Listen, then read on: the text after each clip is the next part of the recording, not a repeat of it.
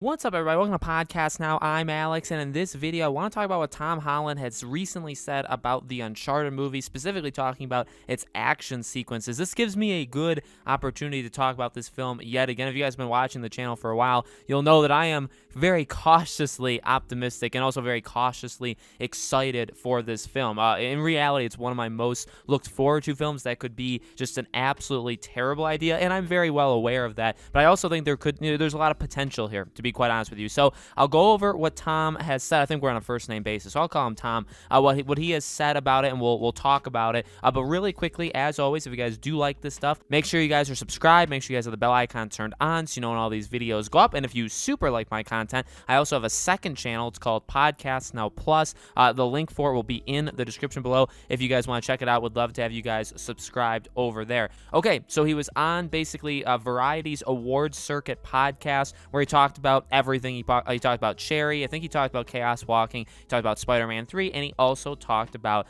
Uncharted. And it's not too much that he says about it, but he says that it's the biggest action sequences I've ever been a part of. He added the cuts and bruises and bangs I got from dangling off of wires and falling off of things was ridiculous. And then the article from Screen Rant goes on to say, like, hey, he's been in Marvel films. He was in Civil War, Infinity War, Endgame. He was in his own Spider-Man movies. And this is the most, big-time action sequences he's ever been in. So, I mean, there's no other way of saying it other than that does sound very exciting. Like, that is I would say, a good sign.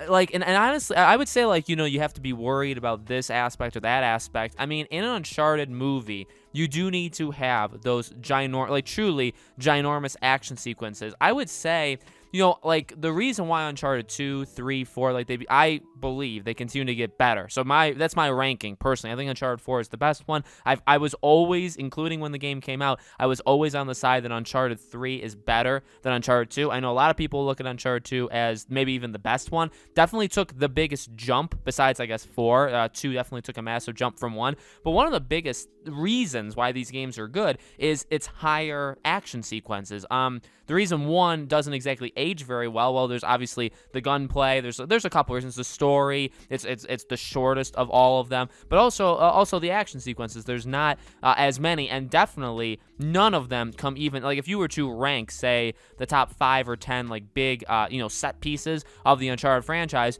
you wouldn't list anything, I would say, from 1. Truly, and again, that's not 1's fault. 1 is very, very important because it literally started the entire thing off, right? So when you do think of a movie, you have to obviously include these really, really big sequences, and you have to do them right. Now, that's obviously the thing, is I don't want, I guess, action for the sake of action. I mean, Uncharted kind of is that anyway, and it's good fun, right? Hopefully it's not overkill with it. Hopefully it's not literally there's and I guess, if you didn't tell me this, if Tom Holland never said this stuff, I maybe would have went into this movie thinking, all right, where's the budget at? And I don't even know what the budget of this movie is, but honestly, I would imagine it's pretty substantial. And honestly, actually, I don't even know if they'll tell us the budget or if those numbers won't come out until closer to when the movie releases. But I would have said, hey, are you going to only give us a couple scenes like that? Well, hey, if it's the biggest scenes that he's ever done, again, I mean, come on. He was in Infinity War. Now, I don't know what he did. You see some of the behind-the-scenes stuff of Civil War, Infinity War, really even the Spider-Man movies.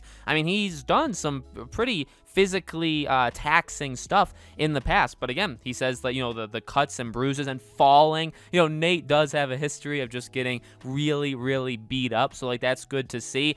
I mean, it makes me excited. It really, really does, because in all honesty, that's half of the entire thing. Now, I guess not necessarily half. It's probably less. The characters, their portrayal as these characters, that is so important for a movie like this. And then the story. It's gotta be whatever relic or whatever, obviously the objective of the story needs to be grabbing, right? The games kind of, I would say, went up and down with it. I would say 2 and 3 did really, really good. 4 was more of a slow burn, and a lot of, I guess some of it, not a lot of it, some of it was told through kind of background stuff where you found stuff about about Avery and all the pirate kings and all of them coming together and all stuff like that. And that was good. Like, I actually really loved the story of 4, but it was clear that they were trying to do more of what they did with The Last of Us, with, again, like situational storytelling, where, again, you find things or, like, the area tells you about it and stuff like that. Whereas 2 and 3, I think, were a little bit more direct. 1 was pretty good, too. 1 had that supernatural element. I think 1 had the most simplistic and, like, straightforward story probably of all of them. 3 kind of went all over the place, right? And that's why I think some people maybe don't like 3 as much as maybe I do, right? So obviously there's other components of this movie that need to be nailed, and that comes down to the writing. Again, I think this movie is going to sink or swim with the portrayal. If we don't buy him, and I get it, by the way, and I've said this before, I completely get it. If you don't like him as Nathan Drake, that's fine. I would say hold off until the trailer. And I'm not telling you what to do. Never take it as I'm telling you what to do, but I will personally say, like, I'm waiting for the trailer. The picture that we got of him, I'm very impressed by. Like, I really like that picture with him standing there in, like, the Uncharted 3 basically outfit, okay? I really love that. And I'm going to wait until the trailer, because obviously, again, like, you gotta look at his mannerisms, you gotta look at how he talks, you gotta look at how he acts. Sully, Chloe, even, like, these are characters that were really, and really, I think those are the main 3. Those are the 3 from the actual game that are going to be in here. So we'll have to see how they all do, and I think it's going to kind of sink or swim with that. But, you know, again, you don't want it to be like, to his credit, talking about the action sequences, they can do the best acting of their lives. The story could be well written, all that kind of stuff. If there's really very few action sequences, if they're kind of lame, if they're kind of like thrown in there, the movie I don't even think would work. I don't think it would work in that way either, because Uncharted is more about high speed, having those really big moments, right, and then kind of having it. And really, a lot of the Uncharted moments get followed by kind of a release of pressure, right, and a little bit more calmness. You even look at Uncharted 4, really good example. And by the way, remember, Tom Holland loves Uncharted 4, and they took Uncharted 4 as a big, like, inspiration for this game, even though it's a prequel. Uncharted 4, one of the biggest sequences is when you're driving and you have to jump, and that entire, and when you're going on sand with a motorcycle, that's like a 20-plus minute sequence, right? And then right after leads to that emotional talk where Elena, you know, is there, and you go through that whole thing, and you go through that fight. And so that, like, they do a really, I would say, an amazing job, because they kind of crescendo up with all of the action, and then they decompress. They let you decompress, and then you have this very emotional scene with these characters that we all love, right? Even Sam at the time. So I think that there's obviously more work to be done. This is just words right now. The sequences can be the most physically demanding to him on planet Earth, but they could look awful, right, if they're not done right. So we do have to wait and see.